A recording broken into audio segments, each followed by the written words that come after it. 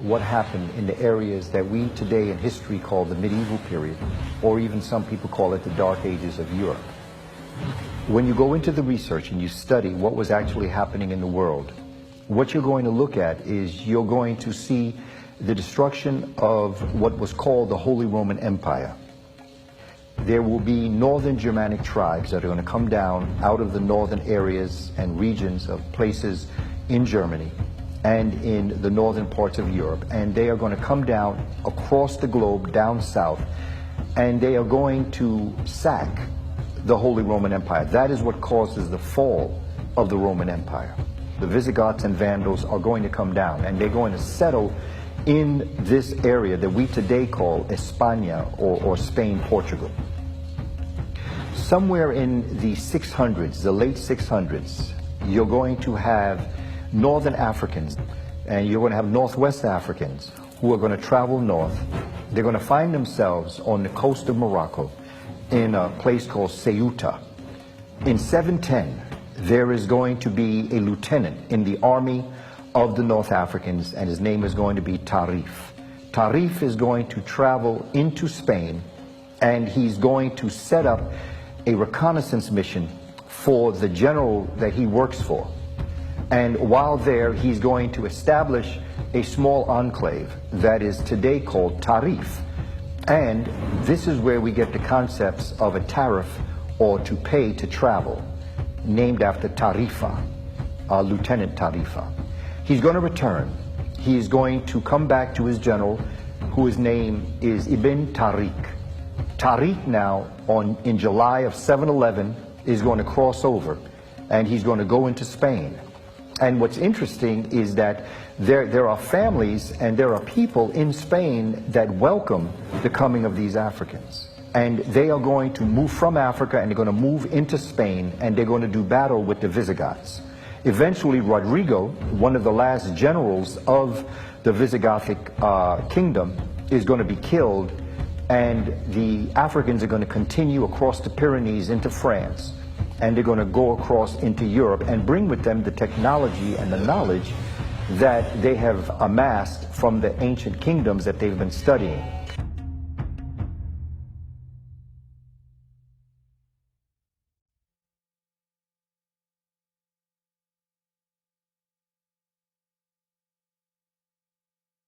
Let's go back for a minute. A lot of people really don't understand the history of the Moors, because when you study history, the Moors are the original Phoenicians, the Canaanites, the Moabites, the Hammatites, all those people. Charles Martel was one of the guys who was actually a big part of defeating the Moors, basically. Defeating the Moors, and after they defeated the Moors also fell right directly after that, and it made it easier for them to destroy the Moors in 1492 with Queen Isabella and Ferdinand. Charles Martel, who is the grandfather of Charlemagne, is going to repel the Africans back into Spain, and the boundaries of Spain that we refer to as Al-Andalusia, which means to walk in a spiritual light. Al-Andalusia is going to be bounded in the north by Sierra Guadarrama. They're going to be bounded on the east by the Ebro River, and then they're going to be bounded by the coastline that is going to be the Mediterranean into the Atlantic Ocean, which is going to bound the southern part of Spain and the western part of Portugal. They're going to settle here and remain here from basically 711 until 1492, January 2nd, 1492. General Boabdil is overcome by the combined kingdoms of Aragon and Castile, Queen Isabella and King Ferdinand. Man, we was there from 711 to 1492. We was there for a long time. We was there way before that, but you gotta, if we go beyond 700, and when you start looking at 136 BC and all this other things, we've been there, but they went back, and they really were fighting one another. See, people don't understand, when you look up Hercules, you know, Maximum Hercules, Hercules was actually a Roman emperor. So you had Hannibal was a Carthaginian war, so we always fought one another back and forth. They were tribal wars. So we've been there, we just went directly back again. But what happens, the Anglo-Saxons saw us fighting one another, and they stepped in the fight. You know what I mean? And then that's the separate started coming about, when they saw the weakness in us, like today. Moors built Granada centuries ago. Now we've taken it back. But it's a tragic victory for us. We're losing a great culture.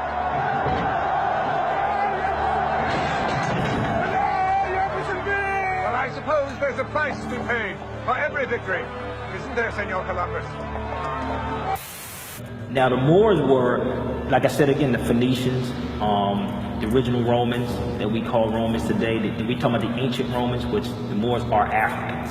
Okay, so a lot of people get it twisted as if we're talking about modern day Moors. We're talking about ancient Moors. So the Moors are the people that is called Negro, black, and colored today, basically. But before that, we were the Canaanites, the Phoenicians, the Hittites, and all these types of people. So that's really who the Moors are to this day, without no doubt or contradiction. While here, these Africans are going to bring agricultural science. They are going to bring in the orange, and they're going to bring in the strawberry. They're going to bring in different types of foods. They're going to bring in the idea of eating in courses. They also will bring in eating utensils. The spices that people in India use, or the olive oil that's in Italy, you know what I mean? All that extended from the Moors, because the Moors always dealt with spices. So it's a whole host of things that actually came directly from the Moors. They will bring in fashion, whereas instead of wearing the same garment all year long, they're going to bring in other types of fabric that these Africans have been exposed to. Linen, man. I mean, the linen that we wear every day, what the Italians wear. Like, you know, that people say the Italian-made suits. It's not Italian-made suits, they're Moor suits. They just tag their name on it. You follow me? There is an active relationship between China and the East and Africa. There is a wonderful trade going on. They are sharing. They are not at war with each other. They are communicating with each other. There is evidence of elephants being brought into China on boats, huge boats. Those boats still exist today in many museums. There were many things happening in the world at this time that Europe was not a part of. And out of this is going to come the music, the development of the first music conservatory that is going to be located in Spain.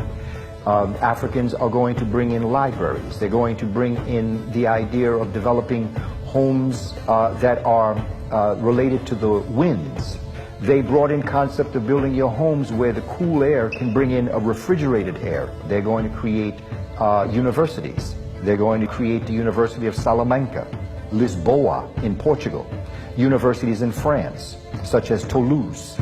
They are going to develop universities throughout Europe, where the knowledgeable people will go to learn, and these Africans are going to be doing this type of research, and there will be some who will come to the New World.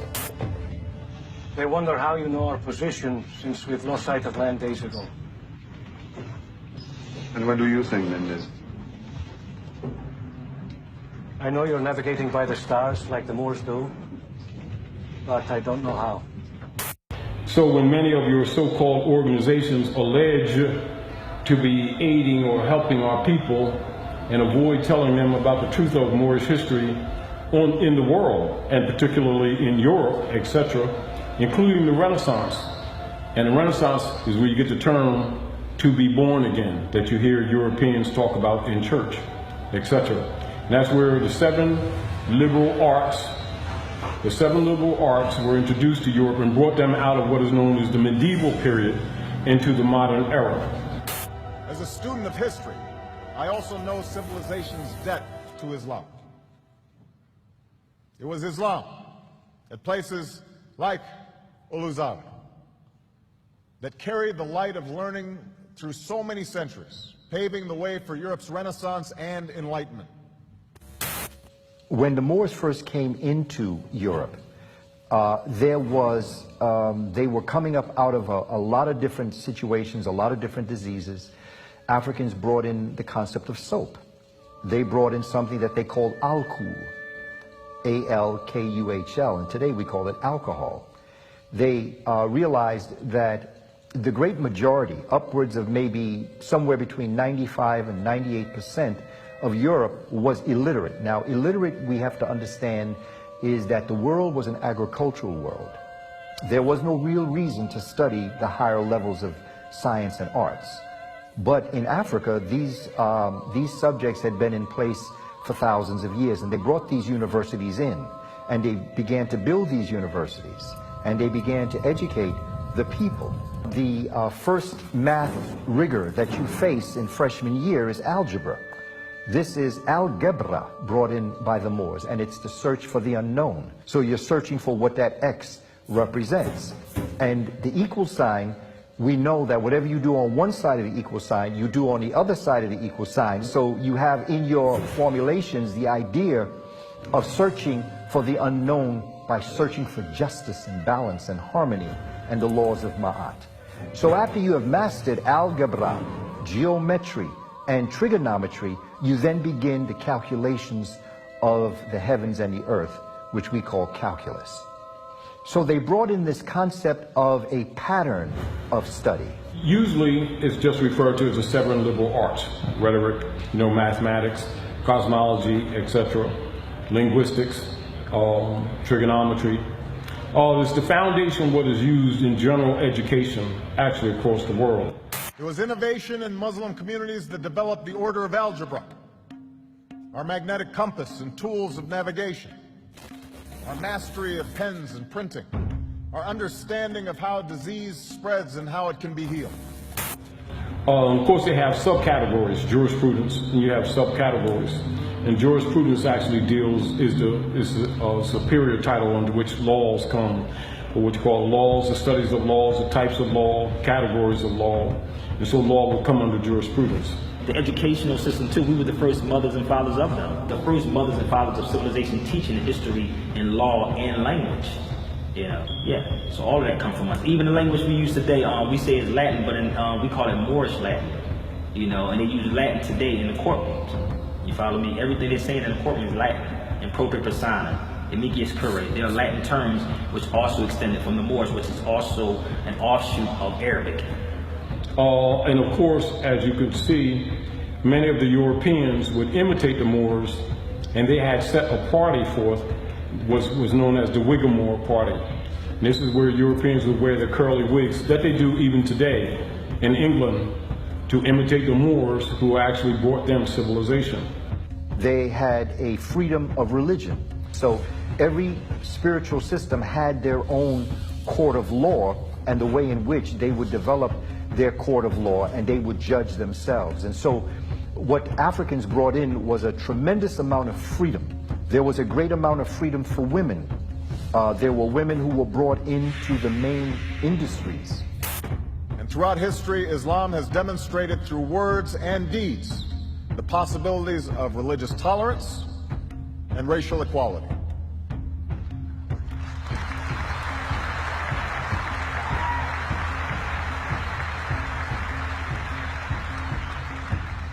I also know that Islam has always been a part of America's story.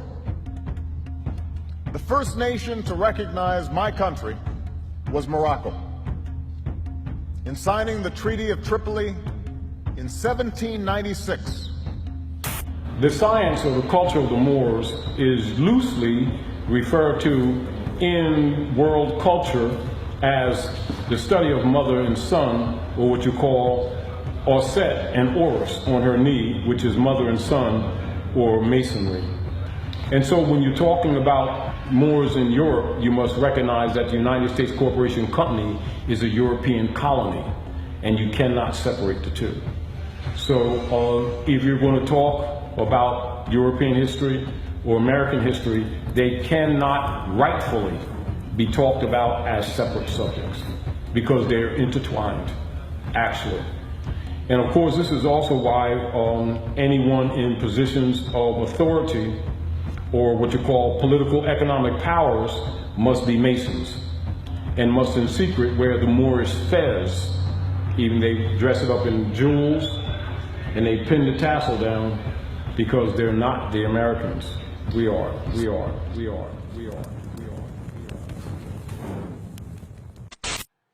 Negro, blackamoor, black man more. Blackamoor, Negro, black man more. These are synonyms. That means different words that have a synonymous or similar equivalent meaning. The word Moor is derived from the word Mari or Mars. This is a Greek word. She says the army was black as ink. The general was blacker still. It means scorched. And this was a term, sisters and brothers, that was applied to the people of Northwest Africa. All the greatness and ability that we have, we're procrastinators. And we procrastinate because the level of our self-esteem. We don't know who we are. Therefore, we don't know what we've accomplished. And since we don't know it, we're slow in accomplishing more. We don't think we have the ability to do magnificent things.